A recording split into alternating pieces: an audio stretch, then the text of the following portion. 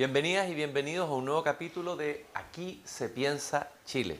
Pensando Chile desde las regiones. Estamos en un estudio en la Casa Central de la Pontificia Universidad Católica de Valparaíso, en un lugar histórico donde se hizo en el piso de abajo la primera transmisión en vivo de la televisión chilena. Y justamente hoy día tenemos a la historia como el tema central de nuestra conversación y contamos con dos invitados muy interesantes. En primer lugar, Iván Jaksic, historiador, Premio Nacional de Historia, director del programa de la Universidad de Stanford en Chile, miembro de la Academia Chilena de la Lengua y autor de importantes libros, entre ellos Pasión por el Orden, biografía de Bello, está a cargo de las obras de Bello, de la edición de la obra de Bello, que son varios tomos que no cupieron acá. Le agradezco mucho a Iván de haber venido a Valparaíso para conversar de la historia. Muchas gracias, encantado de estar acá. Y quiero también agradecer a Ricardo Iglesias. Él es doctor y magíster en Historia, doctor en Historia en España, es director del Instituto de Historia de esta universidad y su tema tiene que ver con la educación, cómo construimos una nación, su libro del año 2019.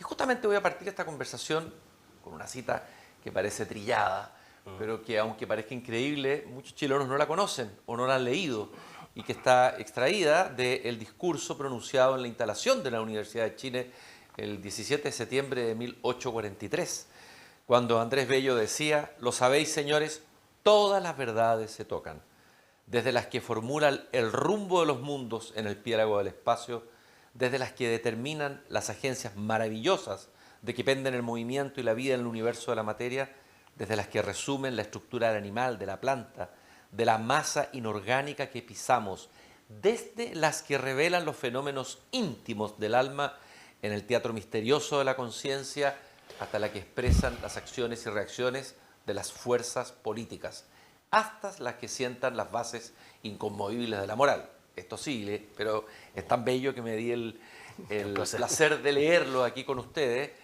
Y partimos con Iván, preguntando justamente por, a ver, esta frase de Andrés Bello implica una idea de la educación, una idea de la universidad, una idea de los saberes en la vida de los seres humanos. ¿Cuál es la situación hoy día en Chile de la educación, bien amplio, de la universidad y de la historia? Sí. Bueno, creo que la frase «todas las verdades se tocan» apunta a la estructuración misma de la Universidad de Chile y el concepto de educación. Es decir, que todas las disciplinas que organiza la Universidad de Chile, pero más que la Universidad de Chile, es la universidad, es un concepto de universidad en donde las diferentes disciplinas interactúan y que además interactúan en nombre y por el bien del país. Entonces, ese es un aspecto, ¿no? Es un aspecto de los propósitos de la educación, pero también hay un aspecto de formación, lo que los alemanes llamarían un Bildung, en donde los jóvenes adquieren una formación que va a encarnar una serie de valores que son valores ciudadanos. Y bueno, hemos visto cómo ese propósito de Bello y de la Universidad Decimonónica se ha ido desperfilando. A tal punto que empiezan a crearse nuevas universidades y habiendo partido de una y que llegamos a 8 en los años 70, hoy en día tenemos 62 universidades. Y todo eso ha tenido un impacto bastante negativo, diría, para ese concepto original de la formación. Es una educación que se ha hecho cada vez más profesionalizante, más fragmentada, y en donde los académicos mismos empiezan a perder ese vínculo con la formación porque tienen que responder a una serie de otros requerimientos. Así que es una transición. Se puede revertir, pero estamos todavía en ese proceso profesionalizante. Ricardo, tu mirada, ¿qué te nace decir a partir de esta cita y de lo que dijo también Iván? Yo lo primero es que situar a Andrés Bello con toda su obra prolífica, esa capacidad que tuvo de estar en todas las verdades, en todos los saberes. Yo creo que, y es curioso, o en la historia nada es curioso, pero no hay que dejar de mirar que Bello y esa formación clásica es en un siglo, está hecha en el siglo XIX, donde, entre otras cosas, se creía en el progreso. Por lo tanto, lucha o tiene una tensión con la ciencia, con la tecnología, en esa cosa tan de la humanidad de pensar que la ciencia y la tecnología nos va a resolver los problemas. ¿El mito del progreso? El mito del progreso. Entonces, hacer eso en el siglo XIX a mí me parece una novedad, pero una astucia enorme desde el punto de vista cultural, intelectual. Está apostando, en algún sentido, es una exageración, contra la propia revolución industrial. Está apostando en otra línea. Entonces, en ese sentido, eso quiero destacar eso. En segundo lugar, evidentemente que y a Bello, pero no solo a Bello, la metáfora de Bello es cuál es el modelo de ser humano que queremos. Y en el caso de, yo creo que eso hoy día es el gran problema que tenemos en el mundo educativo y en el mundo, en todos los niveles, que es cuál es el modelo. El modelo no en el sentido singular de un hombre o una mujer, sino cuáles son esos valores, las acciones de esas personas que hacen, mira, eso es lo que quiero seguir. Que en el siglo XIX se manifestaba mucho o el santo, o el militar, o el abogado. O sea, eso yo creo que perdimos un poco, se ha perdido cuál es el norte de un ser humano al cual queremos aspirar. Y eso yo creo que nos tiene distorsionado, porque uno cuando iba a la escuela, yo escuela pública, el profesor era un modelo de algo, era algo al cual seguir. Y hoy día yo creo que eso también está trastocado. Todos los niveles de la docencia están trastocados un poco por una suerte de climas de aula, muchas cosas. Y en el mundo universitario, tal como decía Iván, la presión de los indicadores de otro tipo que hacen que nos distraigamos de la esencia del mundo universitario, y en eso soy hasta napoleónico, es formar personas. Y de alguna manera casi como que se requeriría una refundación, así como hubo una fundación de la Universidad de Chile, habría que refundar, no sé si la universidad o la educación en función de este nuevo mundo en el que estamos. Incluso pensar cómo se puede sostener una mirada humanista, porque esta es una mirada humanista en el sentido más amplio, hoy, si es posible o no, en este mundo tecnificado, etcétera, de la especialización y todo. ¿Cómo lo ves tú, Iván? Casi como que se necesita un nuevo Andrés Bello 2.0 para el Chile nuevo de hoy, ¿no? Pero en realidad yo creo que es factible si valoramos lo que es las humanidades. Porque las humanidades en los tiempos de Bello era conocimiento de lenguaje. Además La era gramática, su pasión por la gramática, ¿no? gramática, un amor por el lenguaje, ¿no? Y también la comunicación con el pasado. Él tiene frases muy lindas a propósito de cómo el alfabetismo, la educación, el conocimiento de lenguajes nos lleva a conversar con el pasado. Y entonces él se remonta hasta la humanidad clásica y siempre va a estar mencionando a los clásicos porque hay tanta riqueza allí. Y eso es relativamente fácil de hacer. Es decir, una transformación curricular en donde uno empieza el primer año universitario, por ejemplo, o empezando incluso en las escuelas secundarias, rescatando este concepto de las humanidades. Y que es simplemente volver a algo que tuvo un impacto muy, muy positivo. Todos los discípulos de Bello eran humanistas, ¿no? Podían tener diferentes profesiones, abogados, pero conocían el latín, conocían a los grandes poetas en sus fuentes. Y todo eso es posible recuperar. Pero parece casi como ese mundo clásico, como algo arqueológico. Si uno hiciera hoy día un testeo, preguntar a quién es Virgilio entre los alumnos universitarios, ¿no es cierto? Incluso entre los profesores, creo que serían pocos los que podrían responder. ¿Cómo lo ves tú? ¿Tiene sentido mirar con nostalgia lo que perdimos? ¿O habría que pensar cómo hacer que esa historia de la humanidad se proyecte y se renueve para el desafío? Tú estás trabajando con alumnos hoy día en el mundo de hoy, haciendo historia aquí, presente, hoy. Yo, a propósito de tu primera aseveración, yo creo que hay que refundar cosas. Hay que refundar, hay que volver a fundar. Una de las cosas, yo creo que la clave en el ámbito de la humanidad, voy a decir una cosa que es una obviedad, conjugar dos verbos que se dejaron de conjugar, leer y escribir. pero más leer que escribir. Y yo creo que nosotros, algo decía Haussmann, el siglo XIX es el siglo de la escritura. Y yo creo que hay ese cambio que hace el siglo XIX a la escritura, porque de todos los ámbitos se empezaron a escribir. Por lo tanto, toda esa sociedad decimonónica entendió el valor de la escritura, que era la forma de comunicarse con otro. Y no solo comunicarse en los espacios más locales, sino comunicarse con el mundo. Yo creo que eso, hoy día, esa capacidad se trastocó o se distorsionó. Algunos voy a aparecer como muy crítico. La literatura, la escritura, la lectura fueron cooptadas por otras áreas. O sea, fueron disminuyendo. O sea, tú vas hoy día a los currículos escolares, no solo el valor, ya solo el número, la cuestión cuantitativa. ¿Cuánto leen desde el mundo clásico, el siglo de oro, el siglo XIX? Estoy hablando solo de literatura. Eso, hoy día, habría que volver a eso, sí, pero hay que reformar. Porque estamos siendo tirados a una cosa donde la escritura y la lectura se convirtió en una cosa demasiado técnica. O sea, esa cosa de la cantidad de palabras, frecuencia de las palabras, parece clase de física, frecuencia, sintonía. O sea, eso de volver a los libros, en los formatos que sean. Con los libros a veces uno con el tema del papel y la ecología podemos tener algún disgusto, pero en los formatos que vengan hay que volver a leer. Hay que volver a leer. Ustedes son historiadores, trabajan en la historia. Ya se dijo, la historia ha perdido espacio en la enseñanza media, ¿no? Las antiguas humanidades, se hablaba de las humanidades, antes eso también era significativo, ¿no? En Chile. Filosofía y letras. Filosofía y letras, exacto. La historia hoy, así como hay problemas de lectura, hay problemas de memoria histórica. Es decir, los alumnos no saben ubicarse en la historia propia, en la historia del país. No hay ahí hay unos vacíos tremendos, por no decir unos hoyos negros gigantescos, ¿no? Claro.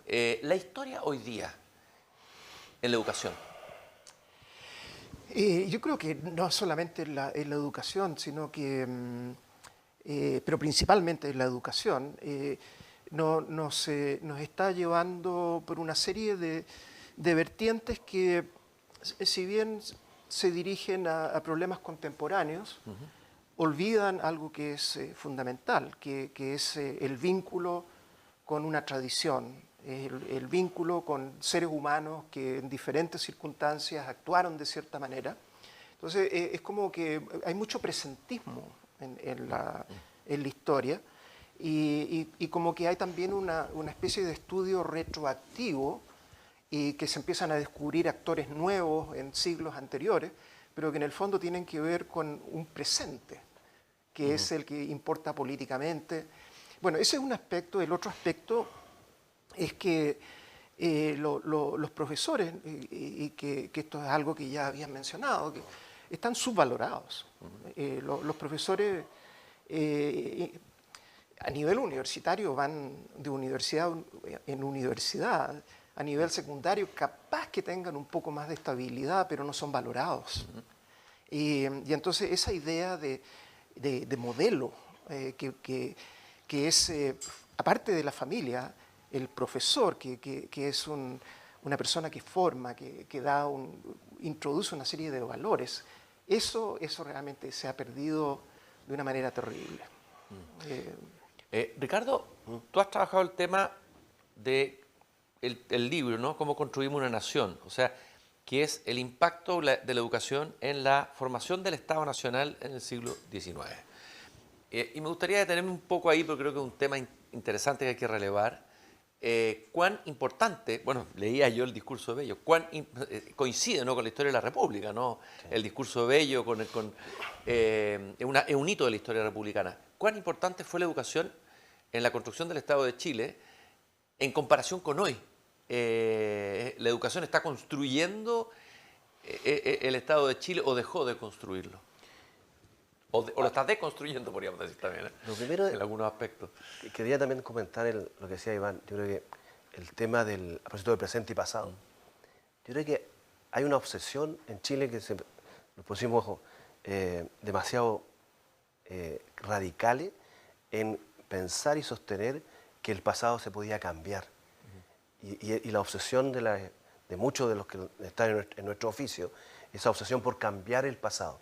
Por lo tanto, todas las reinterpretaciones, todas esas, generaron muchos en algún sentido fueron como poniendo basa en esos cimientos que estaban más o menos consolidados. O sea, había una narrativa, siempre podemos discutirla, pero había una narrativa. Y cuando esa narrativa se puso en discusión, empezaron, yo creo, muchas complicaciones de la vida actual.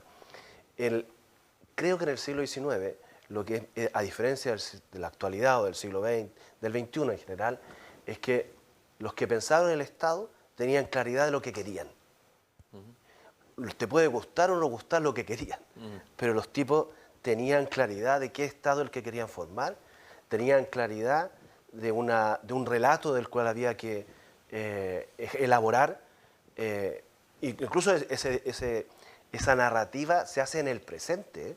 No es una narrativa donde los del siglo XIX pensaron atrás. De hecho, los grandes, Lastarria, Barros Arana, Vicuña Maquena, cuando escriben historia, es un dato bien curioso.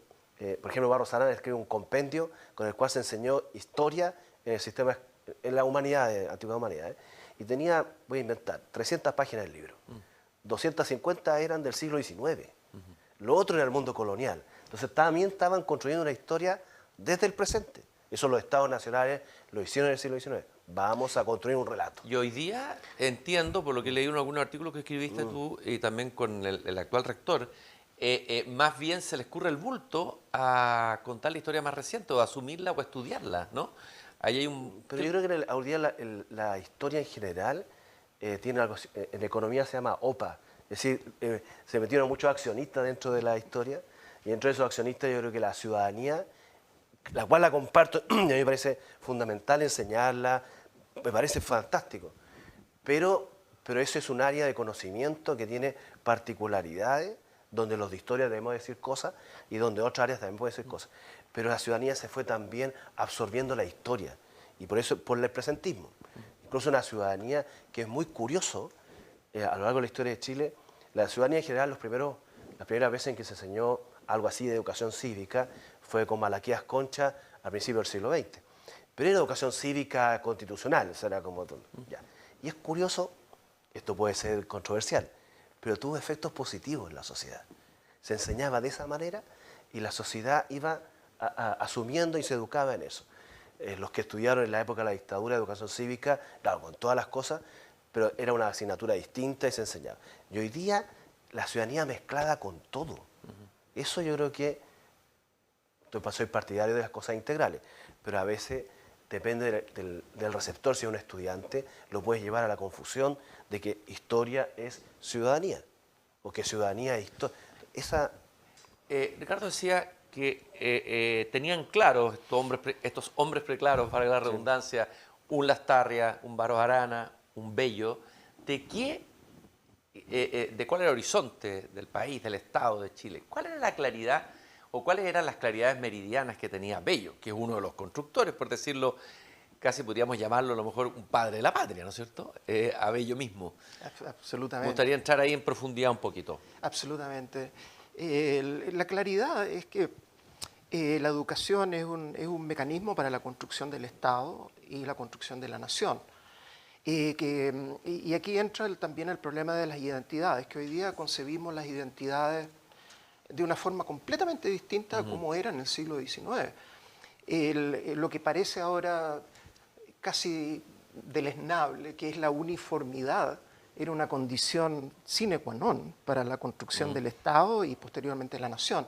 Y aquí entramos en un debate que inició Mario Góngora a propósito de Estado y nación y cómo la nación en Chile se construye a través del Estado, que no es al revés. Y eso, bueno, es un debate que va ¿Y en ese debate cuál es tu postura, Iván? No, yo pienso que, siguiendo a Bello, él tiene muy claro de que hay valores que hay que compartir a nivel nacional.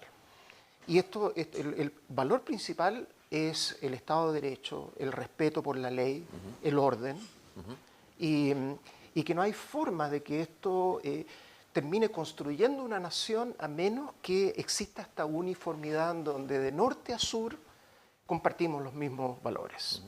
Y Y entonces, ahí yo coincidiría con Mario Góngora en el decir que hay ciertos valores que hay que promover. Por ejemplo, los valores en el periodo de la independencia, los valores marciales, la virtud, ¿no es cierto? Un clásico. Lo clásico. Y con posterioridad, ¿no es cierto?, también todo lo que tiene que ver con amor por el conocimiento, ¿cierto? Entonces, y la educación como algo meritocrático. En ese sentido tenían una claridad absoluta todos ellos. Y por eso es que escriben manuales, la cantidad de manuales que ellos escriben. Diego Barros Arana escribe un manual de retórica, ¿no es cierto? Y es porque lo que están buscando es que diferentes partes del país compartan una identidad sin prejuicio de que tengan sus propias identidades. Y en ese sentido ellos tenían una claridad, sabían exactamente lo que estaban haciendo y que el mecanismo para hacerlo era a través de la educación. Pero eso agregar otra cosa, que en el siglo XIX están los manuales de educación, de historia, de todas las asignaturas, hay manuales de retórica, pero hay unos manuales fantásticos que yo los recogí, que son los manuales de urbanidad. La urbanidad. La urbanidad. Claro. Tenía varios nombres, Sí. entonces eran desde el famoso Carreño, que fue el más El manual de popular, Carreño, claro. pero yo llegué a 25 manuales de urbanidad, que eran claro, algunos con estas revisiones dirían, no, que es manipulación. No, si estaban formando. Estaban diciendo, mira, así debe funcionar más o menos una sociedad. Entonces, los tipos tenían claridad, una cosa muy, incluso en contra del propio liberalismo, porque incluso tenían algunas observaciones sobre conductas privadas. O sea, hecho, cómo comer la carne. O sea, eso es un liberal del siglo XIX. A ver. Adentro de la casa no, pero yo creo que los románticos, yo creo que dijeron ya, métanse adentro de la casa, pero no es la intimidad. Yo creo que eso es fantástico del siglo XIX. Yo no lo veo como manipulación. Si esa es la gran crítica, sobre todo de algunos sectores, desde la posmodernidad, que todo no era manipulación, era una idea de una sociedad que debía funcionar de cierta forma. La tesis de Góngora, ¿cómo se construye Chile? ¿Desde el Estado? ¿Se construye la nación en ese debate? Yo desde el Estado, gongoriano a rabiar. ¿Ya? Aunque siempre también hay que, como nos dedicamos a este oficio de la historia, el libro también tiene su historia. El libro de Góngora también es escrito en un momento particular de la historia de Chile. Pero yo estoy de acuerdo que el Estado... Yo creo que hay pre-cosas, hay preconcepciones, hay cosas que uno podría... Evidentemente, las tres grandes cosas que son antes del siglo XIX, la lengua, la religión y vivir en ciudad. Esas son las tres cosas que venían del mundo colonial. Por lo tanto, ahí hay una reformulación hacia el siglo XIX, pero es el Estado el que construye desde las cosas más básicas, desde los símbolos de la nación, son construidos, incluso no están contentos y van y le dan una segunda vuelta, o sea, porque tenían una visión. Yo en eso, el Estado construye la nación, sí. La lengua, dijo Ricardo, bueno, bello la lengua. A ver, hoy día no se habla prácticamente de la lengua, se dice que los chilenos no sabemos hablar, o sea que hemos perdido la lengua, a lo mejor hemos perdido hasta el logos, ¿no? A ver, este amor de Bello por la gramática, por el lenguaje, su preocupación, pero no como algo de una tarea de un lingüista separado de la realidad, sino que el lenguaje como algo fundamental en la construcción de la realidad de un país. A ver, ¿cuánta relevancia tiene todavía esa mirada de Bello, digamos? ¿O es algo decimonónico? No, yo diría que tiene una relevancia incluso actual. Cuando uno piensa que el diccionario de la lengua española ya no es el diccionario de la Real Academia Española, es el diccionario de la lengua española. Y cada término tiene variantes y se están reconociendo más y más las variantes, los localismos, ¿no es cierto? Entonces, el momento en el que llega Andrés Bello, lo que abunda es los localismos, ¿no? y ciertos usos viciosos, que para él lo peor, que incluso le llama contagio, embriones de lenguas que todavía no se forman, tiene que ver con cómo encontrar un equilibrio entre el buen decir y los localismos. Y contrariamente a lo que se piensa, él no está en contra de los localismos, porque él respeta mucho de eso, pero él busca que haya un lenguaje compartido común. Y lo otro es que está muy relacionado con la época, es que los estadistas tienen que promover una idea de la autoridad, del respeto, y que al no pronunciar bien, al no hablar bien una lengua, se desvirtúa esta majestad del Estado, la majestad de las leyes. Entonces, por eso es que cuando uno lee el Código Civil, que parece que fuera una lectura para quedarse dormido, no, es poesía pura. O sea, está según Armando Uribe estaban ahí los mejores, no sé si en decasílabos o los mejores versos, de lo mejor del ejemplo de la prosodia en español. Efectivamente. Entonces, además replicado casi en muchas partes ese código. Y claro, tuvo un impacto a propósito de lo que decía Ricardo, a propósito de cómo el lenguaje, ¿no? es un factor de identidad. Y Bello lo que logra desde Chile, a través de este experimento, ¿no? Que por lo demás se podía hacer en una república pequeña como la de Chile, en donde la población está concentrada entre Copiapó y Concepción. Cómo este proyecto se traslada a toda Hispanoamérica, hasta el punto en que incluso en España se adoptan muchas de las teorías que él tenía respecto del verbo, en fin, toda su teoría de la temporalidad en el uso del lenguaje, la conjugación, se adopta casi universalmente en el mundo hispánico. Ricardo, y el lenguaje, desde tu mirada, esto es lo mismo, el lenguaje en el siglo XIX, hoy día, que vivimos más como la deconstrucción del lenguaje, yo decía la pérdida del logo. O sea, yo creo que lo primero, antes del lenguaje, es tener ideas y después comunicarlas. Simon Collier, un destacado historiador británico, hace muchos Simon años, Collier, tenía él decía, voy a ser breve, las formas de hablar. Entonces decía que en América hay varias formas de hablar y hay una sola en particular que es la de Chile. O sea, nadie, no sé si eso es hablar bien o hablar mal, pero lo único es que hablamos de esta forma. Y eso, desde el punto de vista, dio identidad a una forma de hablar, con todo, con nuestras distorsiones, con nuestra velocidad para hablar, con nuestra falta de las S. Probablemente siempre le echan la culpa a los pobres andaluces, como si los andaluces fueran culpables de esta herencia. Pero el lenguaje hoy día es una cosa, ni los de Cromañón, yo creo que hubiesen tenido tanta...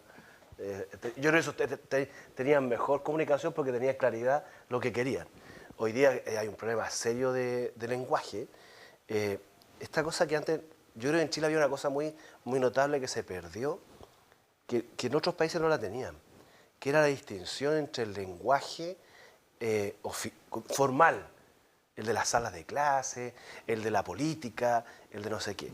Y había otro lenguaje que era el lenguaje cotidiano. Y en Chile siempre la gente hacía la distinción entre cómo era el bien hablar, pero para entenderse con la autoridad, con la burocracia, en la escuela, había un lenguaje. Y estaba el otro lenguaje en la calle. Hoy día, ese lenguaje de la calle, que es pobre, con una cantidad impresionante de garabatos por todos los sitios, esa cosa que era impensable escuchar garabatos en una sala de clase universitaria. O en el Parlamento. O en el Parlamento, claro. hoy día. Yo creo que la distorsión de la lengua sí que ha sido... Y esto yo creo que tiene que ver con lo primero, falta de lectura.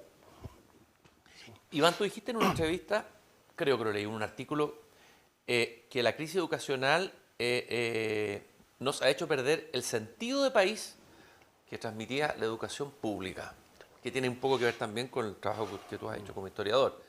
Me gustaría profundizar en eso.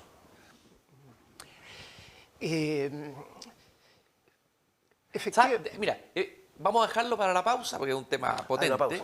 Vamos a ir a una pausa para que lo piensen bien, lo rumen bien y volvemos con este interesantísimo tema, la crisis educacional como causa de la pérdida del sentido de país. Volvemos en unos minutos, Aquí se piensa Chile.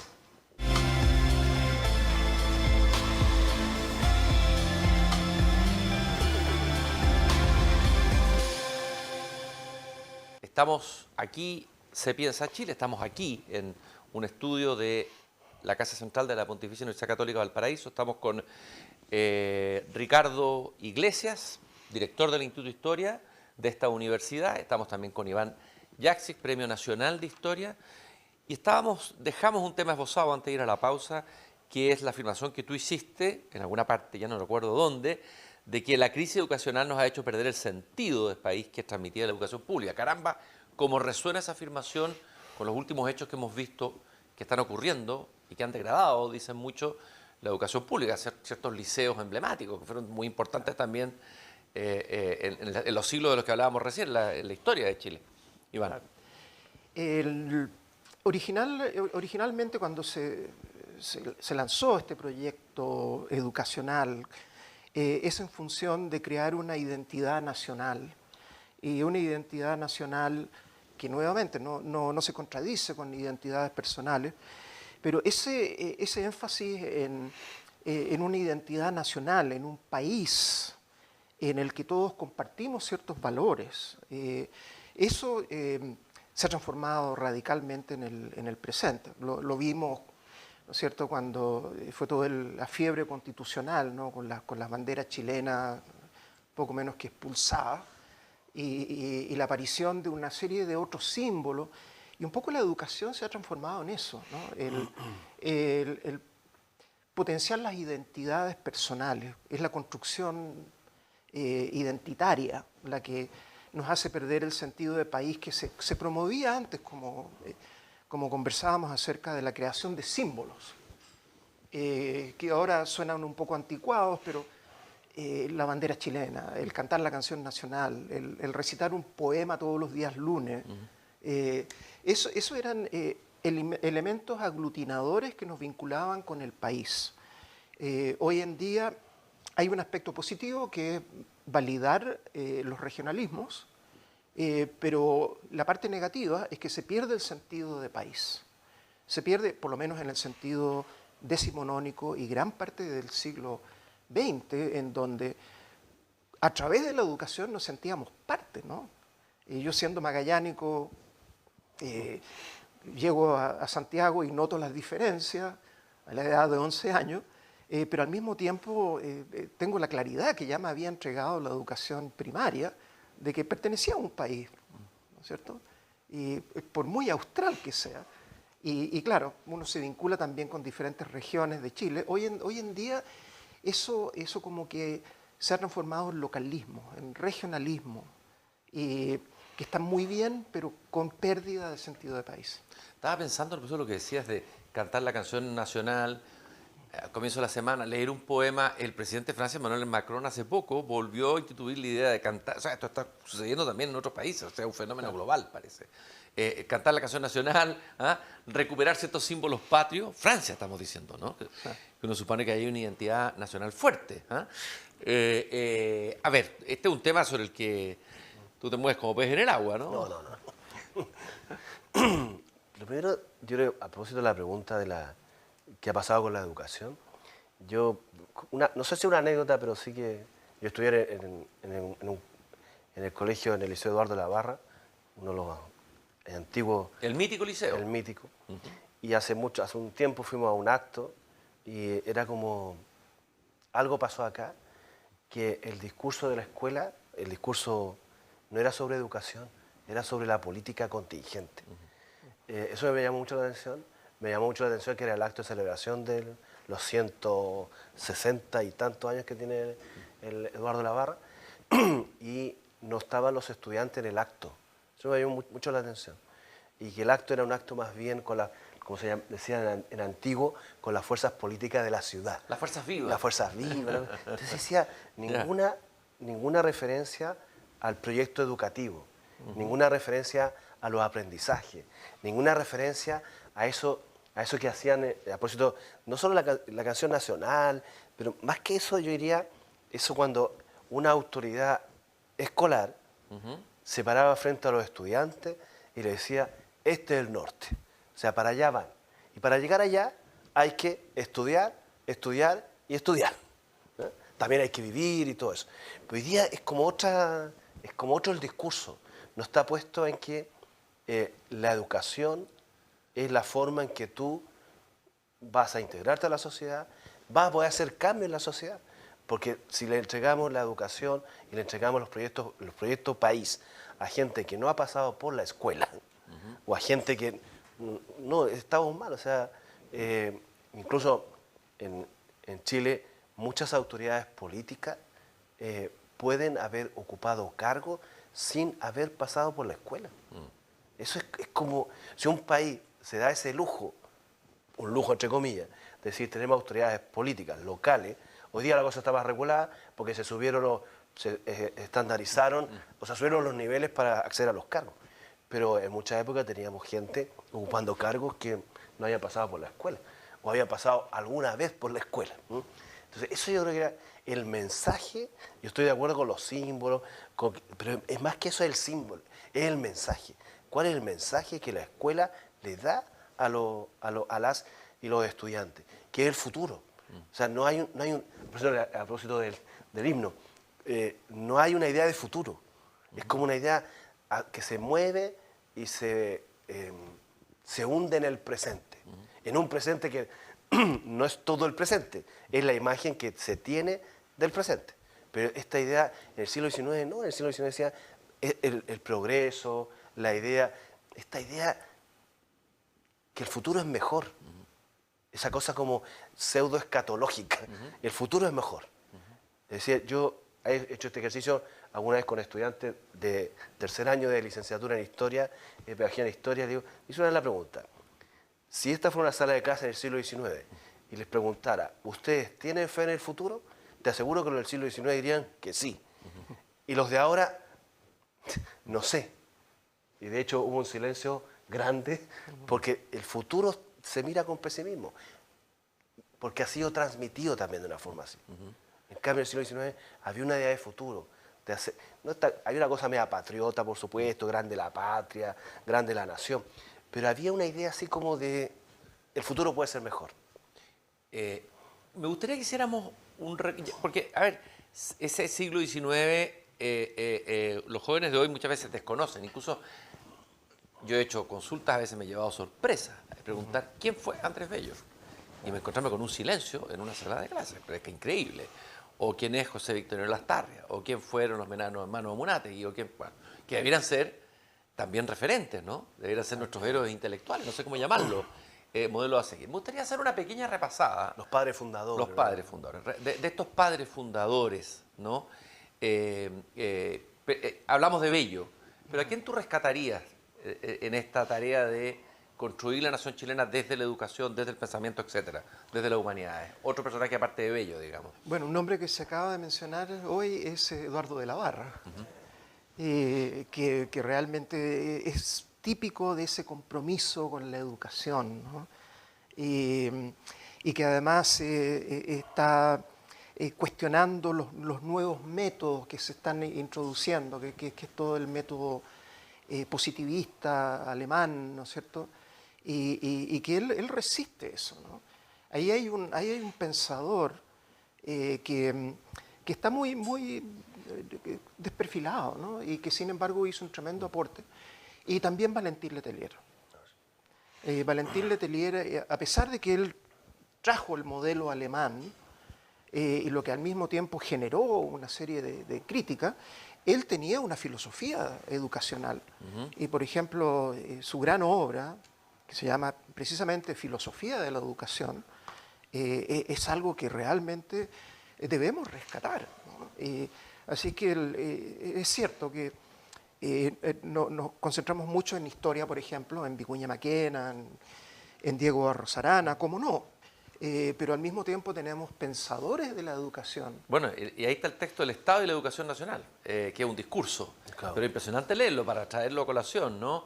Excelentísimos señores, el propósito es grabar de una manera perdurable en el corazón de las nuevas generaciones, de aquellas que se preparan a empuñar próximamente las riendas del Estado, las más nobles tradiciones políticas de Chile, cuál es que la prosperidad y la grandeza de este pueblo van indisolublemente vinculadas al constante desarrollo del espíritu nacional y la enseñanza pública. Ahí está el futuro, ahí está.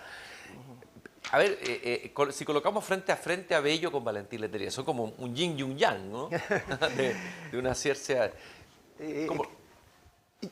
yo creo que son más bien parte del mismo universo, de conjugar lo intelectual con lo ciudadano, y todo a través de la educación. Para ellos el pilar fundamental es la educación.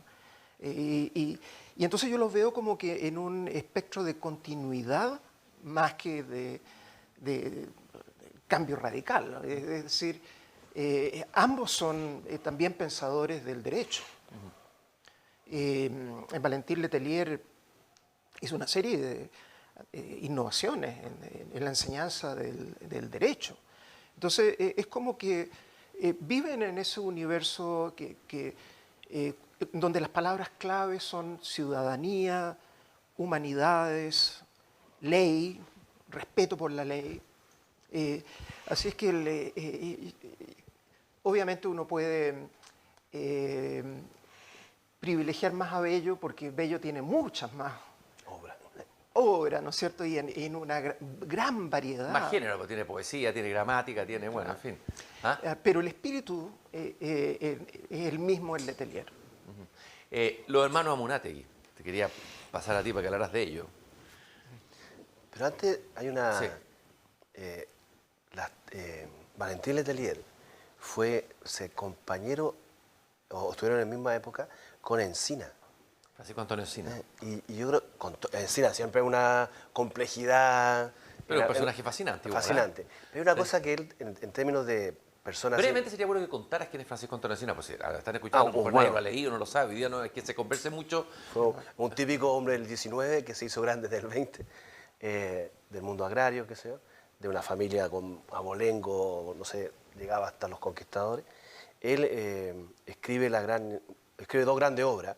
Primero, la historia de Chile, que ese siempre es como una suerte de demanda permanente de los historiadores de Chile, de volver a escribir la historia de Chile. Sí. Y yo creo que la de Barros Arana y Encina son los monumentos y después vendrán otros modelos. Y él escribe esta historia de Chile desde la prehistoria hasta la época en la que está, hasta la República Parlamentaria, pero escribe otro libro que fue muy fascinante, era Nuestra inferioridad económica.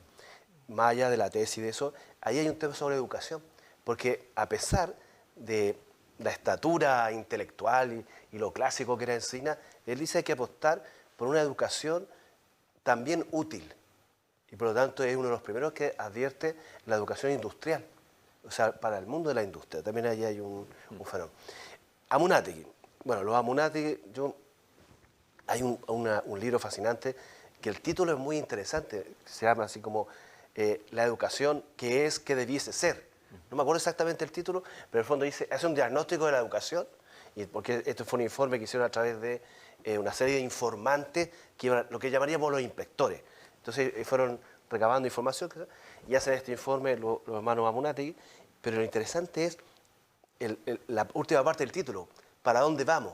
¿Qué es lo que los tipos tenían claridad de qué es lo que querían en el futuro? Y no hay que olvidar que la ley Amunátegui es una ley, no me atrevería a decir revolucionaria porque puede ser complejo, pero sí muy rupturista con respecto a la incorporación de las mujeres en el mundo de la educación. Con todo su ribete muy de lo que pensaba Amunátegui también sobre las mujeres y a dónde las mujeres deberían, según él, estar en el mundo educativo. Pero incluso piensan en la educación clásica, por supuesto, en la arte, en la arquitectura, o sea, piensan en esta cosa que tenían estos liberales, que era la ciudad. Sí, yo creo que el gran artefacto, por decirlo de alguna forma, de los liberales es la ciudad. Lo que quieren construir es la ciudad. Todos estos liberales no solo están en el tema educativo, piensan en las obras públicas, piensan en las avenidas, las calles, o sea, están pensando, esto es una frase para el Bronce, las ciudades son del siglo XIX, se crean en el siglo XIX. Esto los griegos se van a molestar conmigo, pero sí había, pero esta ciudad del XIX, yo creo que hay que mirarla en esa dimensión. Estos tipos pensaron la ciudad. Todo el engranaje tenía que ver con eso. Y por tanto y eran clásicos porque la educación en el mundo más clásico era, como decía Aristóteles, eh, para alcanzar la virtud, La polis. la poli, donde es el único lugar donde tú puedes generar las virtudes y llegar a las dos grandes máximas aristotélicas, la prudencia, la justicia y la equidad. Yo creo que estos tipos tenían ese norte, no sé si norte se podrá decir, pero un horizonte de la ciudad. A ver, hemos hablado del pasado, hemos relevado ese pasado, ese origen de la nación chilena, del Estado, etcétera, de nuestra historia y la educación. Pero hoy día tenemos un presente y no sé si tenemos un futuro. Y eso es lo más dramático por todo lo que estamos escuchando. Futuro hay, siempre hay futuro. Sí, bueno, por eso quiero verlo, pero a ver, ¿qué hacemos de aquí en adelante? ¿Qué hacemos hoy? ¿Qué podríamos hacer? Además, en un momento de inflexión en el mundo muy fuerte, hay un cambio de paradigma, la inteligencia artificial que empieza a poner en jaque incluso plantea problemas, desafíos, etcétera, y desafíos gigantescos, ¿no? Incluso para la enseñanza de las humanidades. ¿Cómo lo ves tú, Iván? La enseñanza de la historia, qué tipo de universidad queremos construir, qué tipo de educación para el país, que sabemos que es fundamental, hoy, ahora. Sí. Bueno, yo creo que lo primero que hay que recuperar es cómo se rompió ese hilo que conectaba el pasado, el presente y el futuro. Porque lo que hemos visto en los últimos años es ver la historia como la historia del despojo, la historia de la violencia estructural. Y entonces eso nos ha hecho perder ese vínculo con el pasado. Y es cierto que tenemos grandes diferencias con muchos de nuestros antepasados, pero al mismo tiempo creo que es un ejercicio espiritual de suma importancia el decir, sin embargo, estamos vinculados como seres humanos y estamos vinculados como personas que crecieron en esta tierra. Pero hoy en día lo que hemos perdido es precisamente esa valoración de nuestro pasado. Y por eso es que, como muy bien mencionada, tú preguntas quién es Andrés Bello y nadie sabe qué decir. ¿Y para qué hablar de Letelier y Amunátegui? Y entonces eso yo creo que es la gran tarea. Yo quisiera, por ejemplo, que en las escuelas secundarias empezáramos a leer, por ejemplo, el discurso de la inauguración de la Universidad de Chile para que los estudiantes empiecen a prepararse para una idea de futuro, ¿no? Una idea de la universidad es un lugar de formación y parte de la formación es el diálogo con el pasado. Y pensar en el futuro, pero a partir de esa valoración del pasado, terminar con esta historia de la violencia y del despojo, ¿no? Yo creo que por ahí debemos empezar. Él habló como, escuché, una tarea espiritual. ¿Qué piensas tú de eso? Estamos ante un desafío espiritual. Yo creo que hay otro aspecto de la historia de Occidente que ha sido vilipendiada y yo creo que hay que replantearla y reformularla. Si uno mira hoy día los países exitosos, países escandinavos, por ejemplo, donde desde el punto de vista social alcanzan grandes desarrollos, hay una pieza clave que, yo también es herencia de nuestra historia también, es un desprestigio de la burocracia. Un desprestigio de la burocracia. Claro, cuando hablan de burocracia, sí, la palabra burocracia tiene causa, connotaciones negativas, ¿no? Si yo tuviese algún tipo de potestad, yo creo que lo que le falta a Chile es una burocracia profesional en todos sus ámbitos. Porque la burocracia, incluso hasta la propia burocracia en Estados Unidos, en Europa por descontado, es la burocracia la que tiene la idea del Estado. Es esa la que, independiente de quién venga, claro, habrá algunos matices. La que asegura la continuidad. La que asegura la continuidad, pero la visión de Estado, la visión para el futuro. Es decir, si seguimos teniendo en todos los ámbitos burocracias politizadas y burocracias políticas, tú y yo coincidimos que no hay futuro. Pero si esa burocracia, un proyecto de Estado, donde dice usted, mire, los que van a administrar el Estado en todos sus niveles, no estoy haciendo el modelo francés, que es el más radical, usted tiene que pasar por la escuela, usted tiene que pasar por la escuela de administración pública para saber qué es lo que tiene que hacer usted en el Estado. Pero cuando el Estado se llena, o se ha llenado de gente que no sabe de qué va la cosa, estos son los problemas que tenemos. O sea, en el ámbito educativo ha habido gente, esto no es de ahora, hay una larga historia, de quiénes son los que han estado a cargo de los sistemas educativos. Y los sistemas educativos, cuando tú los politizaste, de cualquier sector político, los costos ya los estamos pagando. En cambio, en el siglo XIX, no digo que en el siglo XIX estaba politizado, también había una lógica liberal, Había un debate, había debate, liberal, conservador. pero el debate siempre fue un debate que además en el siglo XIX no terminaron en grandes conflictos. El mismo conflicto entre la discusión entre Lastarria y Bello a propósito de la historia, cómo iba a ser. Pero había ese tipo de debate, o lo clerical, anticlerical, fue casi una cosa resuelta políticamente, muy amistosamente. Yo pondría énfasis en el futuro, quiénes son los que van a administrar el Estado, en todos sus niveles, sean funcionarios directamente del Estado o los indirectos del Estado, tiene que haber porque eso es lo que marca la ruta. Pero si cada vez que pasan cosas, cambiamos la estructura, los currículos escolares tú los ves, y ahí el currículum definitivamente está recogida todas las percepciones políticas. Tú vas a un currículum de historia y tú ves el currículum desde el conservadurismo hasta lo más ultra radical, en un mismo currículum. Entonces, eso hace que la cosa se distorsione. Te voy a preguntar a ti que profundices en el interesante tema de la burocracia, el tema espiritual. Lo espiritual, la conciencia. Porque puede sonar espiritual como religioso, no es sinónimo ni de religioso espiritual.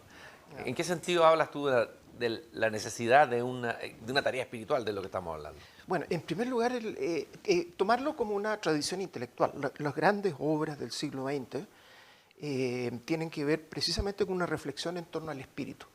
Y tratando precisamente de no definirlo unívocamente como espíritu, religión. No, espíritu como una disposición o incluso como razón.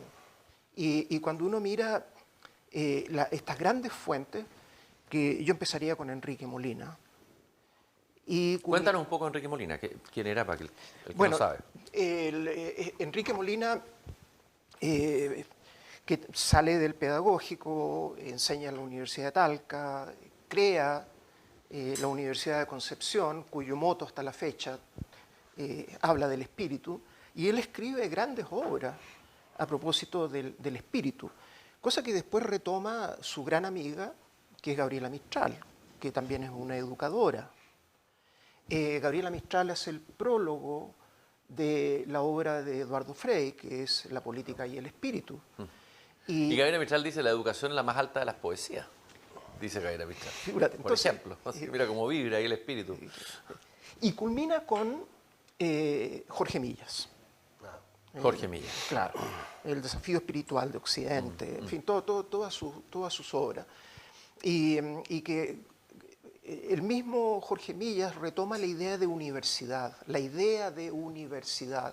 y que cuando uno junta toda esta gran reflexión en torno a política, espíritu, esa tradición hay que recuperarla, ¿cierto? Eso por un lado, ¿no? Difundir sus textos, discutirlos, pero por otra parte recuperar esta noción de espíritu, porque espíritu nuevamente es una disposición, es un humanismo que está a la mano de todos, entender al otro, comunicarse bien. Bueno, tolerarlo, respetarlo, no cancelarlo, etcétera, ¿no? Efectivamente. ¿Ah? Efectivamente. Si hay una visión espiritual, obviamente que eso no es... Y eso está yendo al interior de las universidades. En fin. Sí, de modo que yo diría que es una tarea de dos tipos. Entender que tenemos una tradición intelectual de reflexión al respecto, y el otro como un desafío personal. Es tolerancia, búsqueda del conocimiento, fe en el futuro.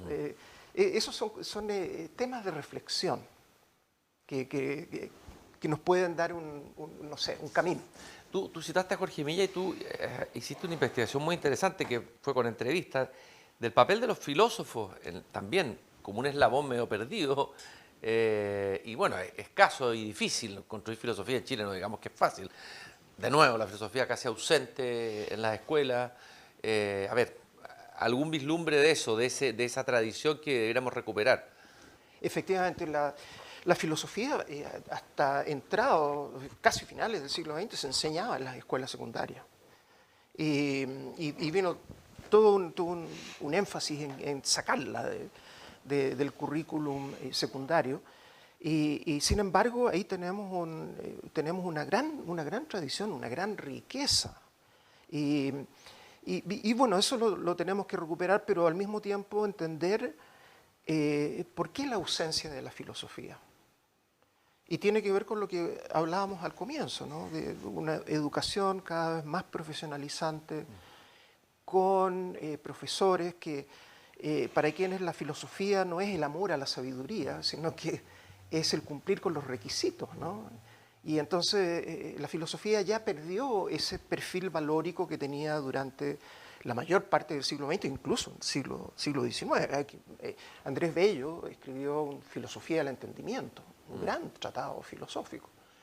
Y entonces recuperar esa tradición es sumamente, creo que valiosa, pero que tenemos que reconocer de que al mismo tiempo hay que refundar la educación. Hay que retomar esta tradición de decir ¿para qué es la educación? ¿Cuáles son los propósitos de la educación? Y que no se pierda de vista cómo la filosofía nos puede ayudar a afinar y adoptar un concepto del espíritu. Sobre todo en tiempos en donde algunos ya están diciendo, algunos son más apocalípticos, que la inteligencia artificial podría suplantar a la inteligencia humana, ¿no es cierto?, en varios ámbitos. Entonces, tal vez sea más pertinente todavía esa necesidad de... Quisiera en los últimos minutos hacerles un ejercicio, que cada uno pensara una pregunta para el otro. Tenemos dos historiadores aquí conversando en Aquí se piensa Chile. ¿Qué te gustaría preguntarle tú a Iván y tú, Iván, a Enrique? Tal vez podríamos partir por ti, preguntándole tú a Enrique, ya que estamos contigo. Ricardo, perdón. Siempre me confunden con Enrique Iglesias, pero... Ricardo. Lo cual me pone feliz porque no me confunden con Julio Iglesias, que me hace más viejo. No, yo la pregunta que tengo para Ricardo, como gran estudioso de la construcción del Estado en el siglo XIX, ¿cuál es el papel de la religión? ¿Cuál ha sido el papel de la religión? Yo creo que eso hasta... primero, por ese lado, yo creo que es una gran deuda de los historiadores. Hemos estudiado poco el peso de la religión y particularmente obviamente, el cristianismo, lo hemos estudiado poco. De hecho, uno cuando va a buscar se queda con los clásicos desde Ricardo Krebs, que escribió algo, pero hay muy poco estudio desde el punto de vista de lo religioso y el peso de la religión en nuestra historia. Yo creo que sí es fundamental, o sea, puede que no te guste o no te guste, pero este país es un país donde lo religioso, en el sentido, como Jaime Valenzuela, este gran historiador de la Católica de Santiago, esta idea de la religión como una suerte de el mito del Estado. O sea, que los ritos y los conceptos de la religión también pasaron al Estado. Hay un dato muy interesante, que esto es para casi todos los países latinoamericanos. La religión, los liberales, con todas sus cosas, algunos más cercanos y otros bastante alejados de la religión, pero todos entendieron que la religión era clave para el Estado. Pero hubo leyes, esas leyes en Chile, el artículo 5 de la Constitución del 33 era a los portales, o sea, no la respetaban mucho, pero los tipos entendieron una cosa que a mí me parece notable. El rito de la religión, los santos, la geografía, todo ese tipo de cosas, pero además, el feminismo no está de acuerdo conmigo, pero la Virgen. En América los liberales, no fueron los conservadores, fueron los liberales en general, que pusieron a las vírgenes en los altares de la patria. México y Chile, no sé si ustedes, era muy común en las casas chilenas antiguas tener esa Virgen del Carmen con O'Higgins y San Martín. Y si O'Higgins y San Martín son católicos, Dios nos pide confesados. O sea, yo creo que hay el peso de la religión y tiene que ver y tiene un efecto sobre la familia, que esta cosa como alrededor de. ¿Cuál es la pregunta tuya para Iván? A ver, sería, como nosotros algo sabemos sobre el pasado, y tengo una suerte de conclusión. las grandes crisis de la humanidad han estado atravesadas por la ciencia y la tecnología. Es decir, momentos en que la historia iba para allá y generaron grandes crisis, toda la crisis del siglo XIX, a principios del XIX, las crisis del siglo XV. ¿Cómo? Curiosamente, todas se resolvieron por el lado de las humanidades. O sea, salieron por ahí. ¿Ves tú en esta, supongamos, para que nos vamos a poner tan neutrales, hoy día es un momento crítico en Occidente, en general un momento crítico, y ves salida por el lado de las humanidades? Absolutamente, y yo creo que no es incompatible. En alguna ocasión conversamos con Cristian a propósito de mi formación, que es muy de... Yo estudié en una escuela industrial, y entonces me impactó mucho el que el humanismo hispanoamericano es fundamentalmente antitecnológico y anticiencia, es la tradición de Rodó, en fin, de tantos. Cuando yo por vivencia personal encontré belleza en el trabajo mecánico, en el pensamiento abstracto que se aplica a algo material. Y entonces yo creo que hay una salida en la medida en que logramos parar este desangre, ¿no? En el sentido en que las ciencias están cada vez más aparte de las humanidades cuando pueden estar muy juntas. Y volvemos a Andrés Bello, ¿no? Al final de cuentas, ciencia, humanidades. Todas las verdades se tocan. Todas las verdades se tocan. Quiero agradecerles a Ricardo, a Iván, esta interesantísima conversación que nos ha hecho encontrarnos de nuevo con una parte de nuestra historia, de nuestra identidad, etc. Gracias por haber estado aquí pensando Chile desde la región, desde Valparaíso. Muchas gracias, Cristian. Y nosotros nos encontramos, espero, en un capítulo tan interesante como este de Aquí se piensa Chile. Gracias a todos y a todas por habernos acompañado.